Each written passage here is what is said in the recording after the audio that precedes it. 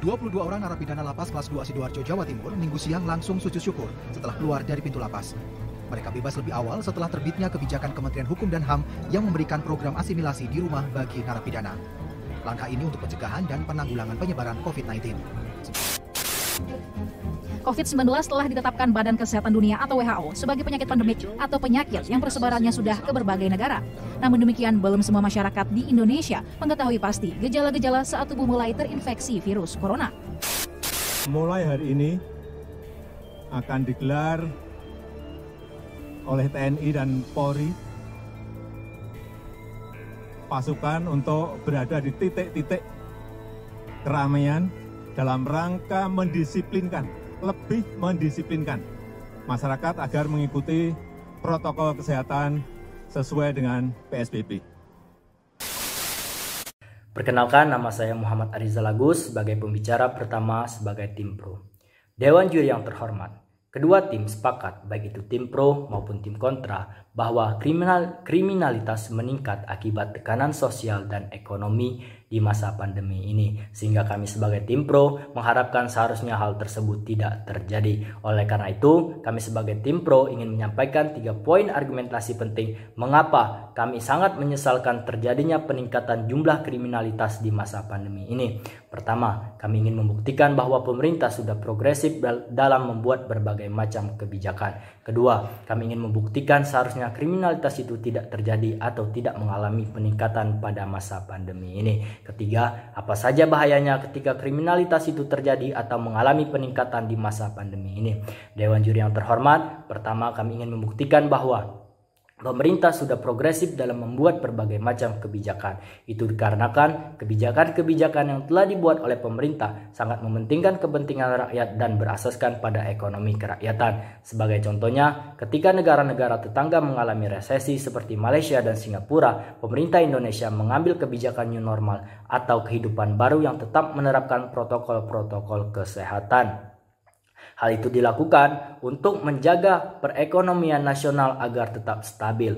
Tidak hanya itu, pemerintah juga memberikan bantuan kepada masyarakat yang terdampak pandemi, seperti bantuan langsung tunai atau BLT, program Keluarga Harapan, pembebasan biaya listrik, penangguhan biaya cicilan hingga 12 bulan, pemberian sembako kepada masyarakat, hingga pemberian insentif kepada UMKM yang terdampak pandemi.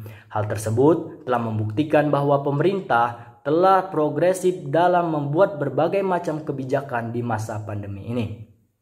Dewan juri yang terhormat, kedua, kami ingin membuktikan seharusnya kriminalitas itu tidak terjadi atau tidak mengalami peningkatan di masa pandemi ini. Pertama, masyarakat bisa memaksimalkan semua bantuan yang telah diberikan oleh pemerintah, karena bantuan yang telah diberikan oleh pemerintah mencangkup berbagai sektor. Masyarakat bisa memaksimalkan bantuan tersebut dengan membuka usaha online atau membuat usaha rumahan atau dengan memasarkan produk mereka secara online.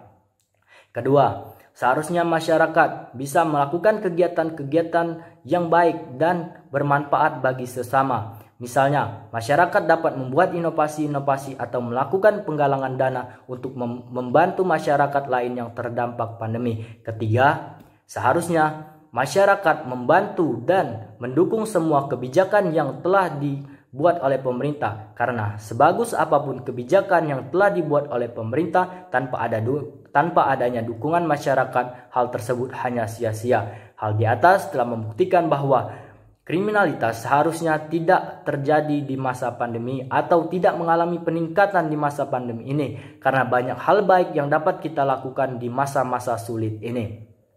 Dewan juri yang terhormat, memasuki poin argumentasi kami yang ketiga, kami ingin menyampaikan apa saja bahayanya ketika kriminalitas itu terjadi atau mengalami peningkatan di masa pandemi. Pertama, tentu saja kriminalitas akan mengganggu ketertiban dan keamanan di masyarakat, karena kriminalitas tidak memandang latar belakang siapapun dapat menjadi korban dari kriminalitas tersebut, seperti perampokan, pencurian, ataupun pembegalan.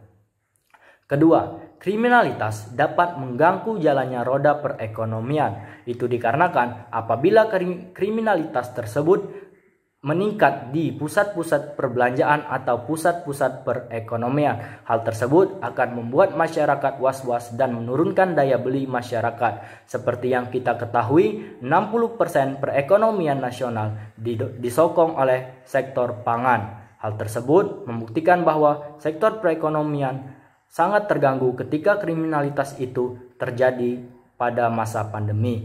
Ketiga, bahwa kriminalitas itu menciptakan ketidakadilannya di masyarakat.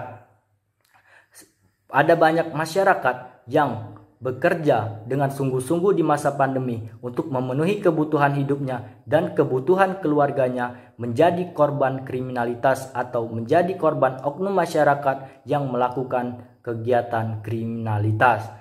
Seperti ketika tukang ojek online atau tukang ojek mengalami pembegalan, hal tersebut sungguh sangat merugikan bagi mereka. Ataupun UMKM yang mengalami penjarahan oleh oknum masyarakat tertentu, maka hal tersebut sangat membuktikan bahwa kriminalitas itu menciptakan ketidakadilannya di tengah masyarakat. Dewan juri yang terhormat, dari 3 poin argumentasi yang telah kami sampaikan, hal tersebut membuktikan mengapa kami sangat menyesali meningkatnya jumlah kriminalitas di masa pandemi ini. Padahal banyak hal baik yang dapat kita lakukan di masa-masa pandemi ini. Terima kasih Dewan Juri yang terhormat. Assalamualaikum warahmatullahi wabarakatuh. Saya Muhammad Andra Agustin Putra sebagai pembicara kedua dari tim kontra.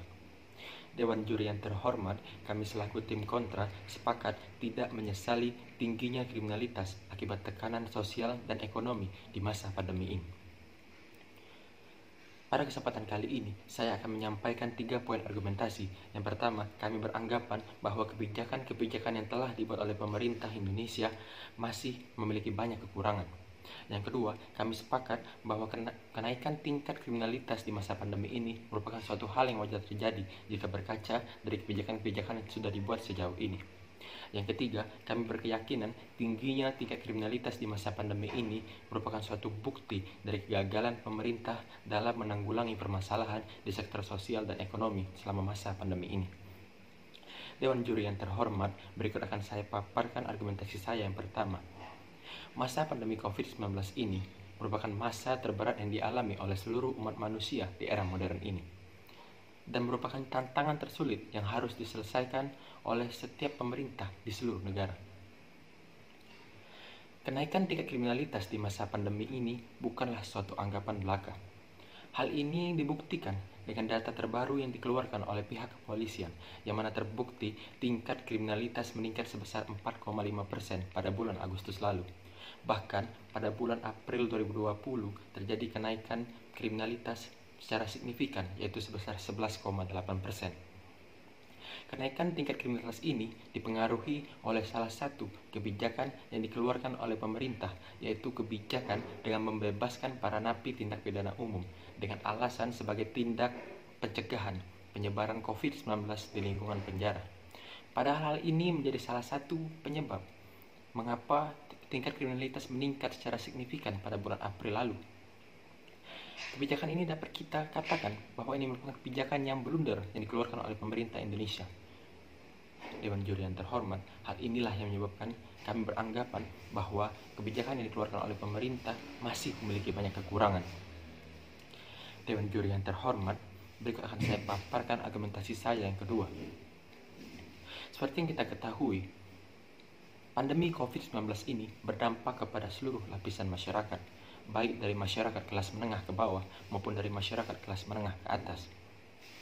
Dari data yang kami peroleh, ada lebih dari 3 juta pekerja yang terkena PHK dari perusahaan tempat mereka bekerja sebelumnya. Dan masih banyak masyarakat yang kehilangan pekerjaan atau mata pencahariannya sehari-hari. Masyarakat seperti inilah yang membutuhkan perhatian lebih dari pemerintah. Mereka membutuhkan bantuan dari kebijakan yang telah dibuat oleh pemerintah. Akan tetapi, bantuan dari kebijakan yang telah dibuat oleh pemerintah ini masih belum merata secara menyeluruh dan masih sangat terbatas. Salah satu contoh kebijakan dapat kita ambil yaitu kebijakan pembebasan biaya listrik bagi masyarakat dengan tegangan listrik rumah sebesar 450 volt dan pemotongan biaya listrik sebesar 50% bagi masyarakat dengan tegangan listrik rumah sebesar 900 volt. Hal ini membuktikan bahwa kebijakan yang dibuat oleh pemerintah masih belum rata secara menyeluruh. Karena seperti yang kita ketahui, banyak masyarakat Indonesia yang memiliki tegangan listrik rumah di atas 900 volt. Dan mereka juga masih dikategorikan sebagai masyarakat kelas menengah. Dan mereka juga membutuhkan bantuan dari pemerintah, sama seperti masyarakat lainnya. Hal inilah yang dapat menyebabkan kesenjangan sosial terjadi di antara masyarakat.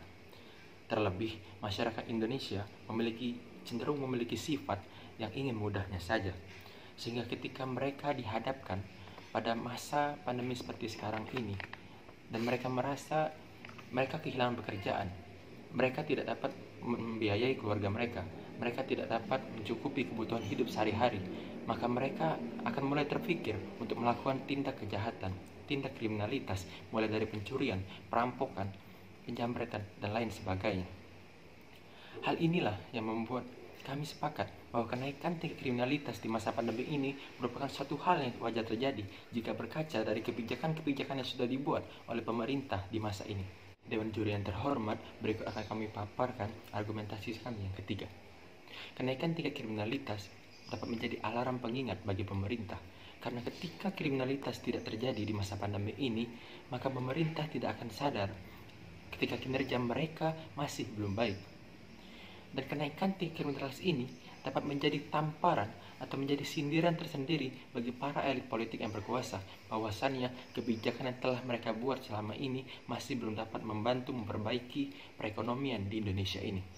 Oleh karena itu, kami berkeyakinan tingginya tingkat kriminalitas di masa pandemi ini merupakan bukti dari kegagalan pemerintah dalam menanggulangi permasalahan di sektor sosial dan ekonomi di masa pandemi ini.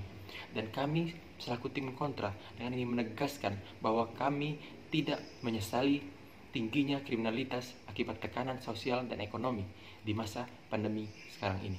Terima kasih. Assalamualaikum warahmatullahi wabarakatuh. Dewan Juri yang terhormat, saya Wan Aga Zulfarli selaku pembicara ketiga akan mencoba merangkum sekaligus menyimpulkan data ataupun argumentasi yang telah diberikan oleh tim pro maupun tim kontra selama perdebatan berlangsung. Berdasarkan paparan yang diberikan oleh tim pro, mereka menyatakan bahwa mereka sangat menyesali adanya kenaikan tingkat kriminalitas selama pandemi berlangsung akibat adanya tekanan sosial maupun ekonomi. Berbeda dengan tim pro, tim kontra justru menganggap bahwa kenaikan jumlah kriminalitas selama pandemi berlangsung merupakan hal yang sangat wajar. Untuk mendukung pernyataan sikap mereka, tim pro telah berhasil membuktikan beberapa hal. Hal pertama yang mereka buktikan adalah bahwasannya pemerintah sudah sangat progresif dalam membuat kebijakan dalam rangka tindakan preventif untuk mencegah adanya kenaikan tingkat kriminalitas dengan kebijakan seperti bantuan tunai maupun non-tunai. Poin kedua adalah dengan diberikannya bantuan-bantuan tersebut diharapkan masyarakat dapat mempergunakannya dengan semaksimal mungkin agar roda perekonomian di tengah masyarakat tetap bisa berjalan dengan lancar. Sehingga diharapkan itu dapat mengurangi dampak dari pandemi COVID-19 yang dirasakan oleh masyarakat. Poin ketiga yang tim pro berhasil buktikan adalah dengan angka kriminalitas yang terus bertambah.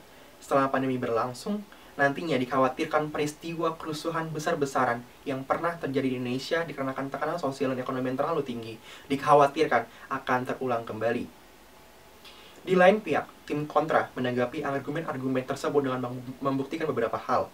Hal pertama yang tim kontra berhasil buktikan adalah kebijakan-kebijakan yang sudah diterapkan oleh pemerintah selama pandemi berlangsung masih memiliki kekurangan dan beberapa diantaranya dirasa tidak tepat untuk dilakukan.